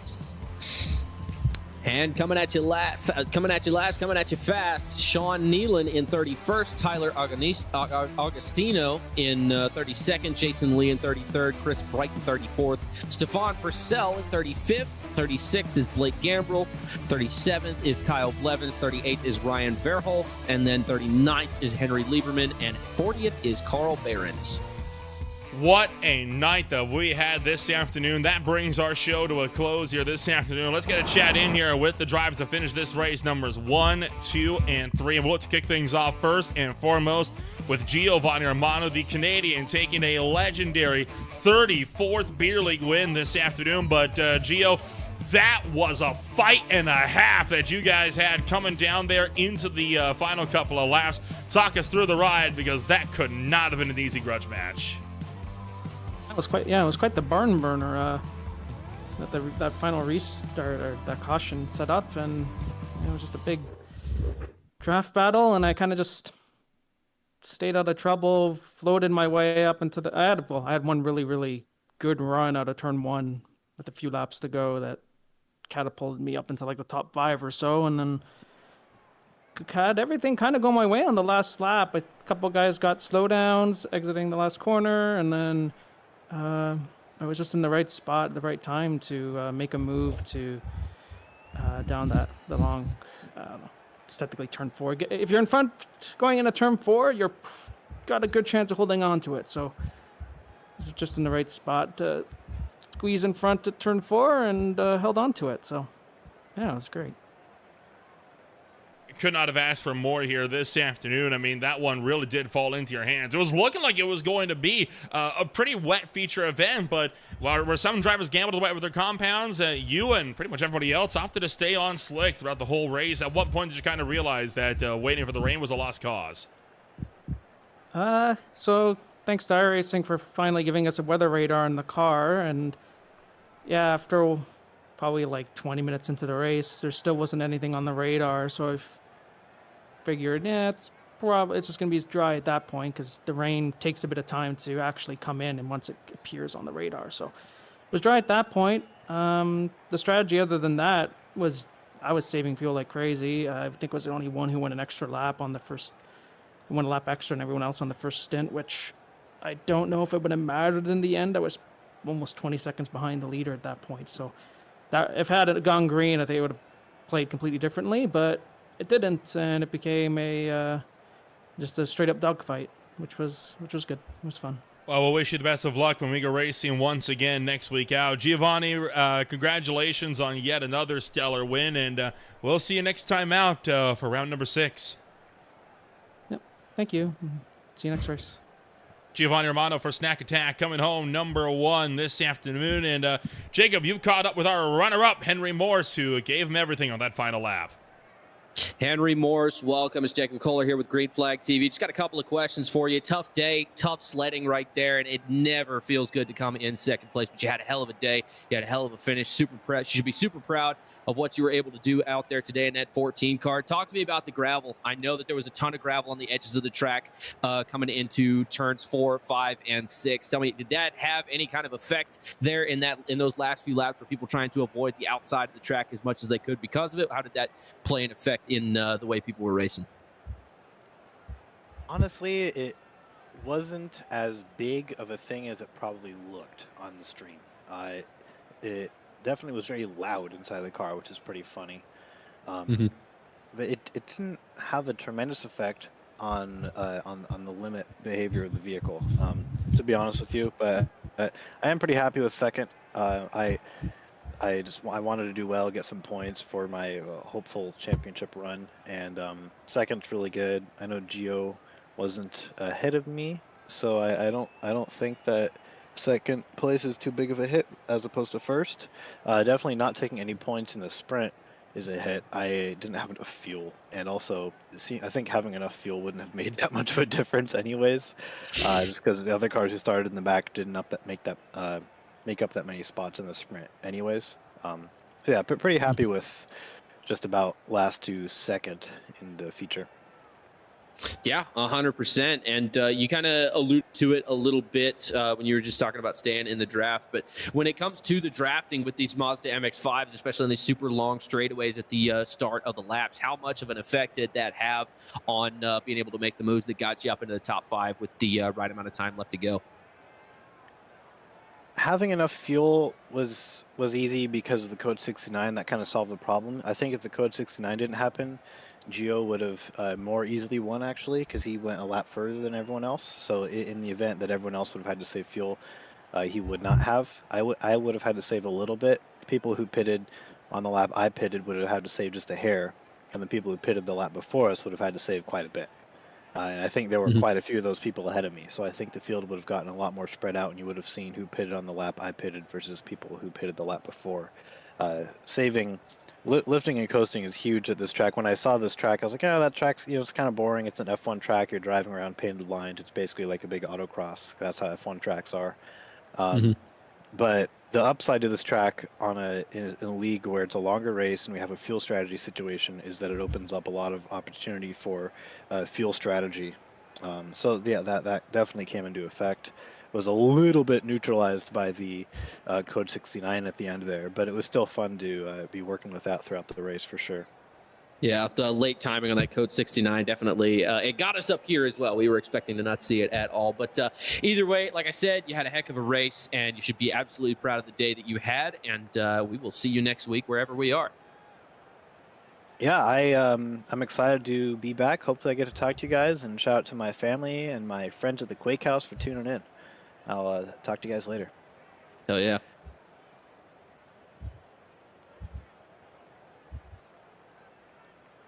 Henry Morse coming home number 2 this afternoon. We'll bring down Eric Ronenberg as well, the driver that comes home number 3 this afternoon. And Eric, quite the fight that you guys had there in the closing stages. And I'd imagine this one is definitely one you're going to be remembering for a while here, because that was quite the scramble you guys had on the final lap. Talk us through it. Oh, yeah. I think everyone around me took tires. I did not, and it really started to show at the end there. I was just holding on. I didn't expect much better than 5th. Everyone was just surrounding me the entire time. Talk us through the race here this afternoon, because it seemed like a lot of drivers were kind of in a wait-and-see game. Nobody was being too overly aggressive to get moves done, but everything tended to kick off as soon as one driver would run wide out of that final corner. Yeah, we were very close on fuel. I think everyone was just settled into the fuel save almost the entire race. and you had to wait for an opportunity to make a move without sacrificing your end game. And that's kind of just how it plays out. Nobody likes it, but that's what we had to do. Well, you entered this race fourth place at the points. A podium should be able to help you jump up into the third place round with Ethan Hamblin having a race to forget here this afternoon. Do you reckon that your chances on being in the top 3 by season's end remain strong? We're drinking. You never know.